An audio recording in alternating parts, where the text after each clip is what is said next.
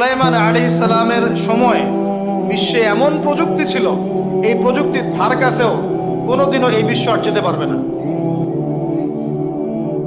আমি আমার হেডসেট নিচ থেকে কথা বলছি না, এগুলো দলিল আছে সূরা সাবার মধ্যে, সূরা নামলের মধ্যে, অন্য অনেক জায়গায় আল্লাহ রাব্বুল আলামিন সুলাইমান আলাইহিস সালামকে এমন রাজত্ব দিয়েছিলেন, এমন সুপ্রিম অথরিটি, ক্ষমতা, পাওয়ার, টেকনোলজি পৃথিবীতে কখনো ছিলও না, কিয়ামত পর্যন্ত আসবেও না।